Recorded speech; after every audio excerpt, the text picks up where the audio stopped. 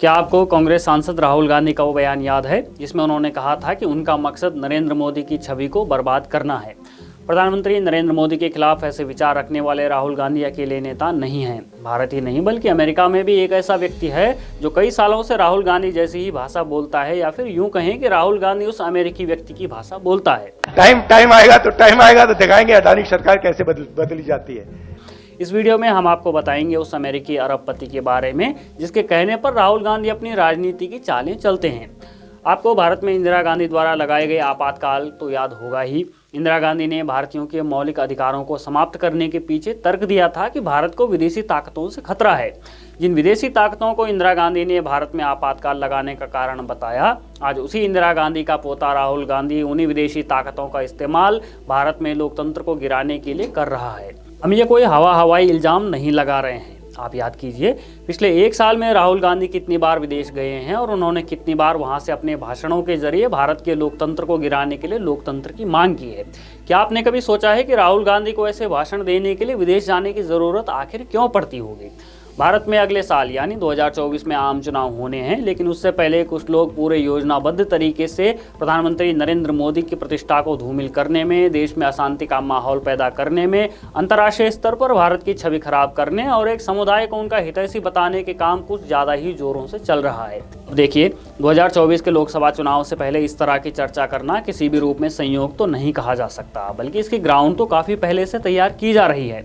कभी देश की विपक्षी पार्टी के जरिए, तो कभी शाहीन बाग, तो कभी दिल्ली नोएडा बॉर्डर पर बैठे आंदोलनकारी किसानों के जरिए।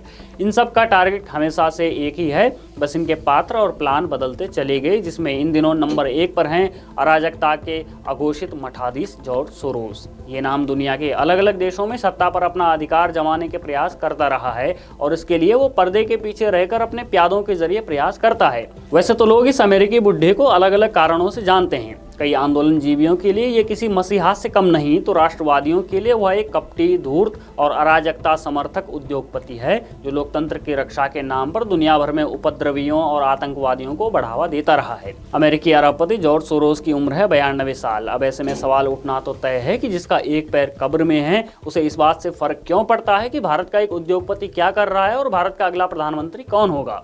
सवाल ये है कि 92 साल का यह अमेरिकी बुढ़ा साल 2024 में भारत में होने वाले लोकसभा चुनाव को प्रभावित करने की जुगत में क्यों लगा हुआ है।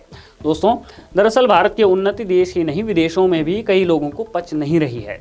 अंदर ही अंदर कुछ लोग इतना बौखला गए हैं कि उनके जीवन का एकमात्र ध्येय बस मोदी को देश की सत्ता से हटाना है।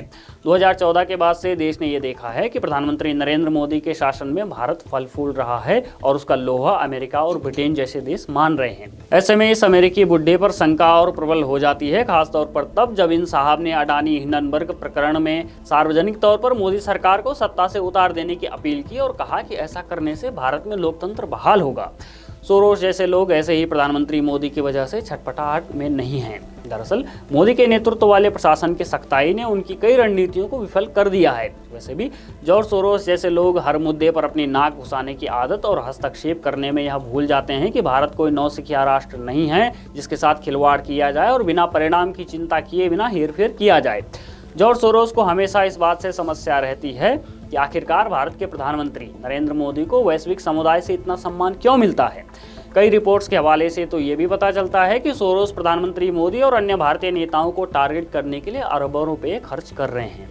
जॉर्ज सोरोस वो व्यक्ति हैं जिसने बैंक ऑफ इंग्लैंड को तबाह कर दिया था, उसे आर्थिक युद्ध अपराधी तक करार दिया गया। वही जॉर्ज सोरोस अब भारतीय लोकतांत्रिक व्यवस्था पर हमला करने की ताक में है और अब उसका मकसद है भारत में विदेशी हितों की रक्षा के लिए काम करना।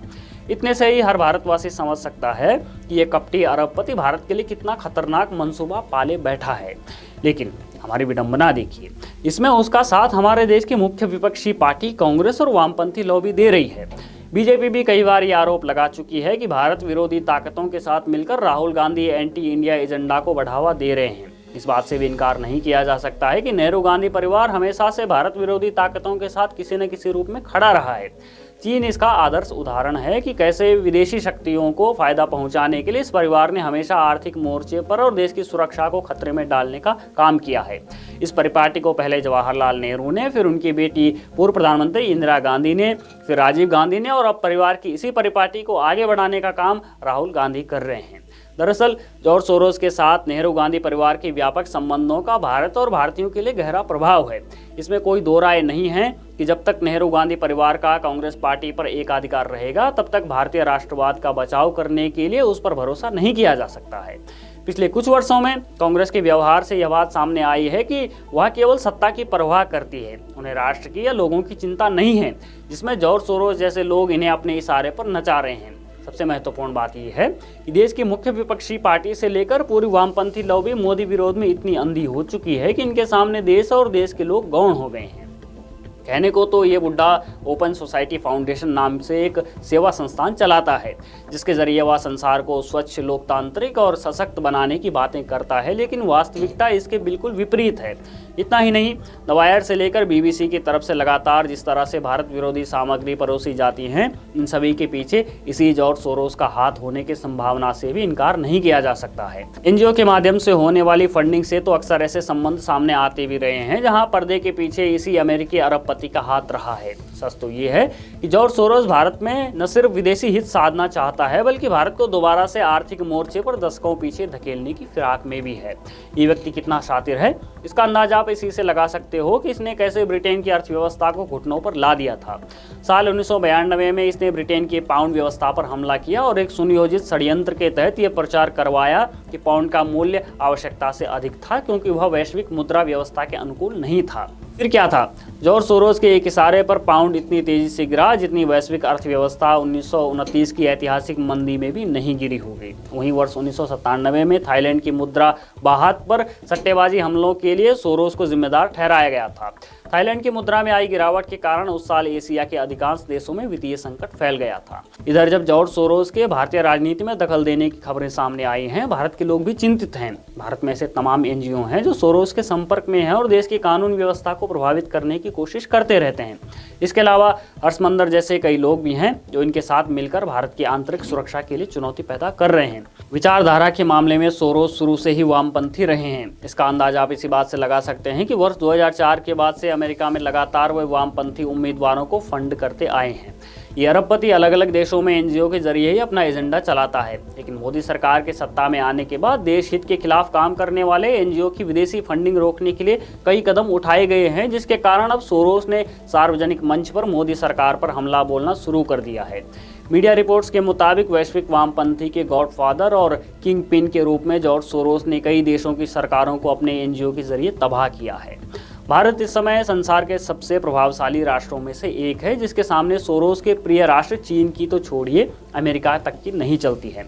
रूस यूक्रेन युद्ध में जिस दृढ़ता से भारत ने हर हमले का प्रतिकार किया और अमेरिका से आंख मिलाकर बोला कि भारत अपने राष्ट्रीय हितों को देखते हुए ही निर्णय करेगा, किसी के दबाव में नहीं, उससे जॉर्ज सोरोस समेत भारत का अहित चाहने वाले लगभग सभी दल और संगठन बौखलाए हुए हैं। भारत की प्रगति से जॉर्ज सोरोस जैसे लोग भयभीत हो रहे हैं और खुले में आकर भारत विरोधी राग अलापते हुए बिलबिला रहे हैं।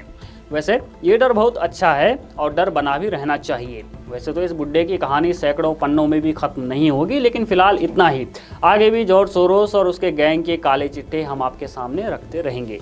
बने रहिए हमारे साथ, देखते रहिए द पैम्फलेट।